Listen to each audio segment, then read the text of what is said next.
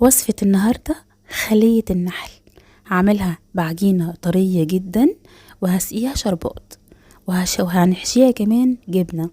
تقدري تتحكمي انك تحشيها اي حشوة انت عايزاها، ممكن كمان تعمليها مملحة. شايفين شكلها حلو ازاي؟ عايزة اقول لكم ريحتها وطعمها كانت تحفة. تابعوا معايا الفيديو، اشتركوا في قناتي، دي قناتي اكلاتي واختراعاتي. فعلوا الجرس علشان لما تفعلوا الجرس هيوصلكوا كل جديد في قناتي. مثالية جدا يا جماعة، جنب كوباية شاي، جنب كوباية قهوة. تعالوا نصلي على الرسول. اللهم صلي وسلم وبارك على سيدنا محمد.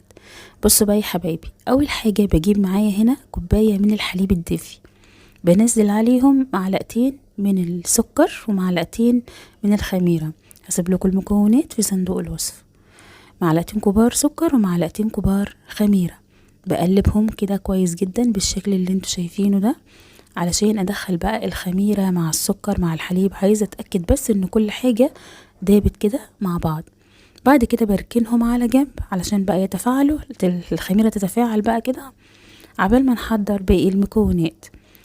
المكونات معايا هنا بسيطة يا جماعة وسهلة جدا. معايا كوبايتين ونص من الدقيق، اي دقيق عندك يعني متوفر عندك استخدميه.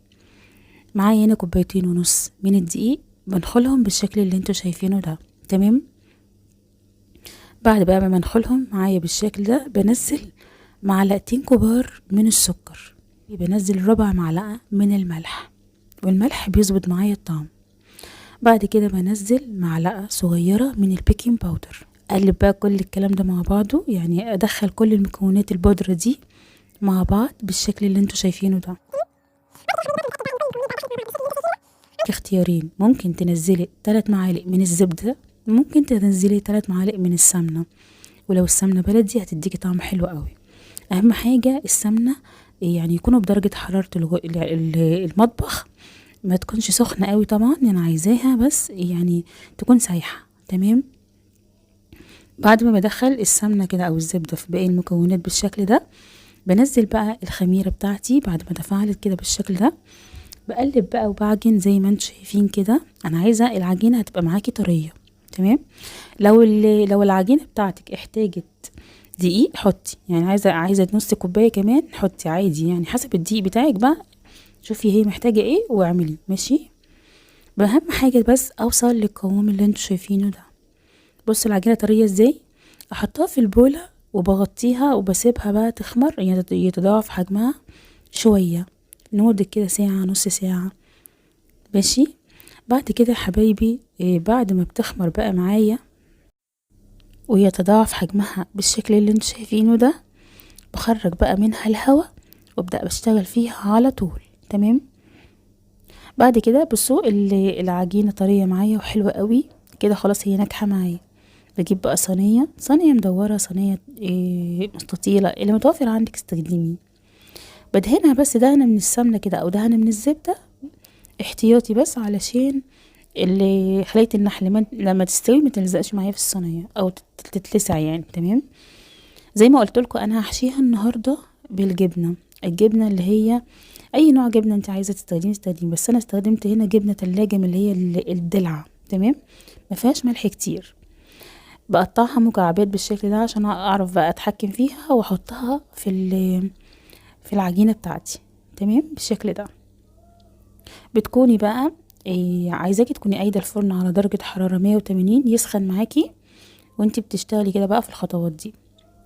بعد كده يا حبايبي بجيب الصينية بتاعتي اللي احنا بطناها، وبجيب معايا بقى العجينة بتاعتي واعملها كورة بالشكل ده، وابدأ اجيب قطعة من الجبنة اللي احنا قطعناها وبدخل الجبنة في الكورة بتاعتي وبقفل عليها كده بالشكل ده. بصوا تقدري تتحكمي في الكورة بتاعتك، عايزاها كبيرة عايزاها صغيرة زي ما انت عايزة. الحجم اللي انت عايزاه اعمليه، بس الحجم اللي انا عاملاه ده وسط كده حلو، يعني مناسب كده ومثالي. بس بجيب بقى الكرات بتاعتي وبعملها بالشكل اللي انتوا شايفينه ده. تمام كده.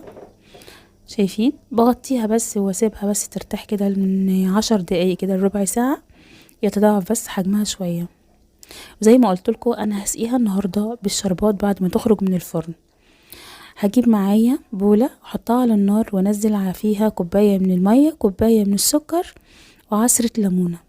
بسيبهم بقى يغلوا مع بعض على النار لغاية لما القوام بس ايه، تلاقيه كده تقل سنة، يعني يوبك بس يغلي كده لمدة 5 دقايق ل7 دقايق كده وتطفي عليها. تمام بالشكل ده. بعد كده حبايبي بنكون بقى إيه، خلاص كده العجينة خمرت معايا وسبتها إيه ربع ساعة كده او تلت ساعة يتضاعف حجمها شوية. هحط بقى هجيب حليب وادهنه كده على الوش، علشان انا عايزة بقى اللون الاحمر اللي انتوا شفتوه في اول الفيديو ايه هو بالحليب اللي انا حطيته كده على وش العجينة بالشكل ده. تمام كده. بعد كده حبايبي بعد ما بدهن بقى وش العجينة بالحليب بالشكل اللي انتوا شايفينه ده، باخدها بقى وبدخلها الفرن زي ما قلت لكم 180 درجة. بتسيبيها لمدة 20 دقيقة، وفي خلال ال20 دقيقة عايزاكي تبصي عليها يعني كل شوية كده عشان تشوفيها لو خدت لون تطلعيها عشان ما تتحرقش معاكي. تمام كده. بعد كده حبايبي خلاص استوت معايا اهي وبقت زي الفل. عايزه اقول لكم ريحتها تحفه يا جماعه. بجيب الشربات بتاعي اللي احنا حضرناه يكون بارد شويه، وهي سخنه اول ما تطلع من الفرن بتنزلي عليها بقى الشربات. بتجيبي المغرفه كده وبتنزلي على كل دوريه كده إيه بالشكل اللي انتوا شايفينه ده. تمام اهو.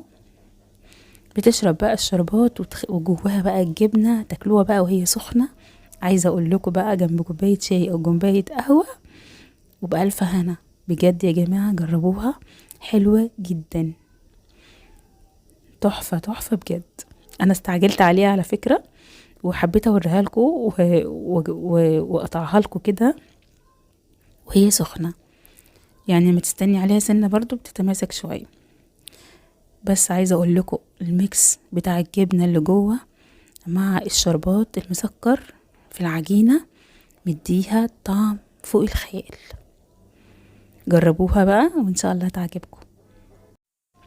لو عايزين تستغنوا يعني عن خطوة الجبنة اللي هي الدلعة وتحطوا جواها جبنة مملحة، تقدري تعمليها عادي وتستغني خالص عن خطوة الشربات وتخليها خلية النحل مملحة عادي جدا زي ما انت عايزة. عايزاكم بقى تجربوها وان شاء الله تعجبكم. عايزاكم تحطوا لايك للفيديو، اشتركوا في قناتي، دي قناتي اكلاتي واختراعاتي. فعلوا الجرس عشان لما تفعلوا الجرس هيوصل لكم كل جديد في قناتي. استنوني بقى ان شاء الله في وصفة جديدة وفيديو جديد، ومع السلامة وباي باي.